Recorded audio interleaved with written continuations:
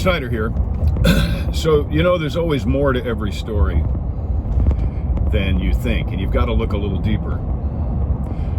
So I was doing a movie back in a decade or so ago in Texas, and I happened to be having a couple of beers with a woman who was telling me her story, how back in 1969 she was pregnant for the third time, and she was trying to figure out how in her small town in Texas to get an abortion. And there was some rule or law, whether it was true or not, but if she had been raped, there was that was legal justification. Not sure if that's true or not, but people tell me a lot of things.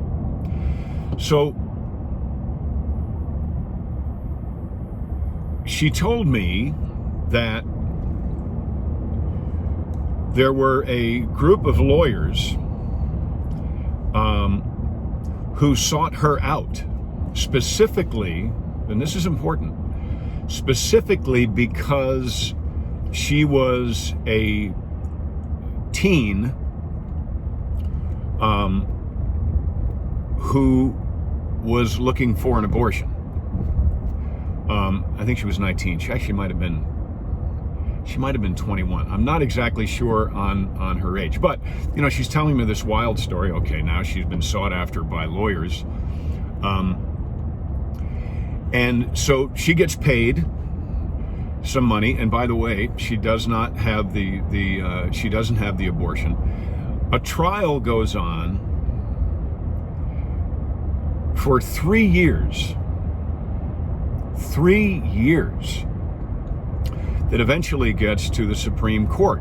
Remember, we're sitting in a dive bar having beer, and she's slurring her words a little bit, and I'm hearing this fantastic story of being paid to have her face on this case that lasts 3 years.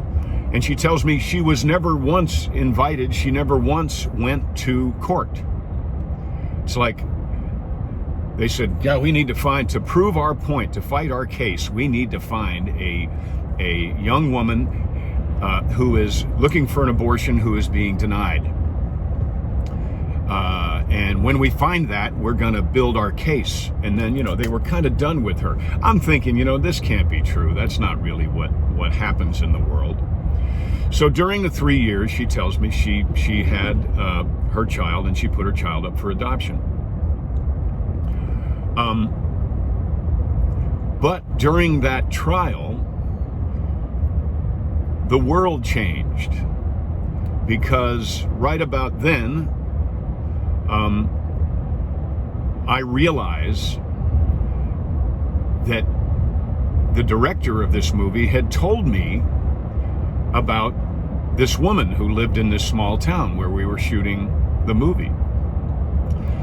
So I realized, wow, this is my opinion, this woman was taken advantage of at a very vulnerable point.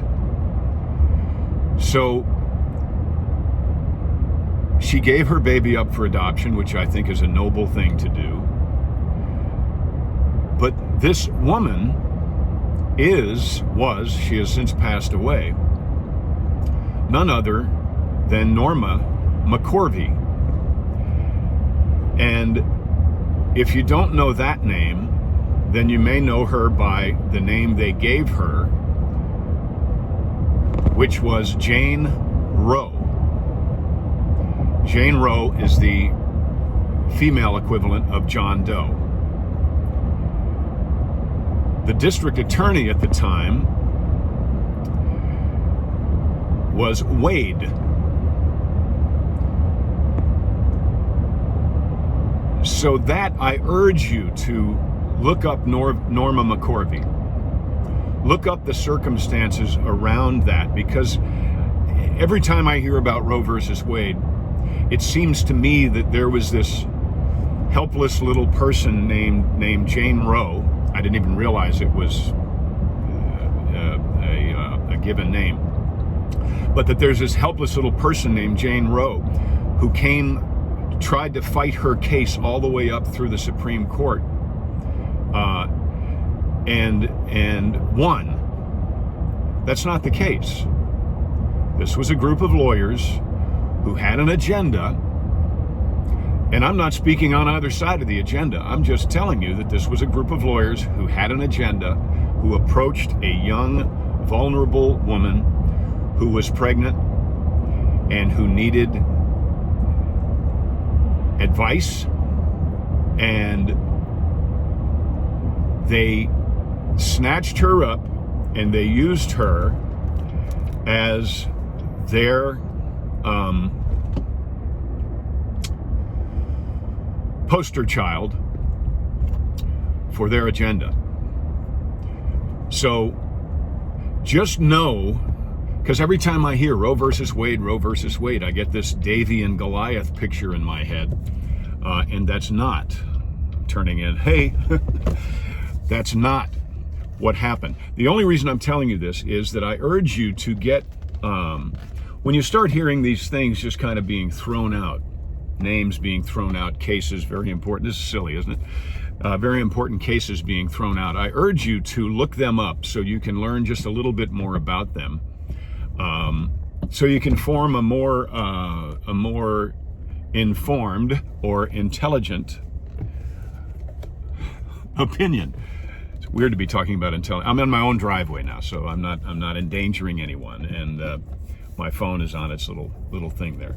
So I just want to tell you that a lot of times I feel like Forrest Gump. I had no idea I was sitting having beer with basically Jane Roe, Norma McCorvey. If you want to know about the movie, she was in it, by the way. She was in it. It's called Doonby, and it's wonderful. It's a wonderful movie. It was shot in Smithville, Texas, not far from Katy, Texas, where Norma passed a while back. Anyway, I'm glad you're part of the conversation. Let me know your comments in here. This is not, I'm not giving you an opinion. I don't have any agenda here. I just wanted you to know that there is more to the Roe versus Wade story than perhaps you thought. So there you have it. All right, I'm going to, I'll see you. This is about silliest thing I've ever done camera-wise. But look, I can find the camera, right? Where is it? There it is. There it is. All right, you guys and gals, take care. I'm John Schneider. Thanks for being part of the conversation. If you enjoyed this, then please do click subscribe. And also click that little bell, because that little bell will alert you whenever I'm doing another, whenever I post a new video, or whether I go live or not. Okay? All right, you guys and girls, take care. I will see you down the road. Bye.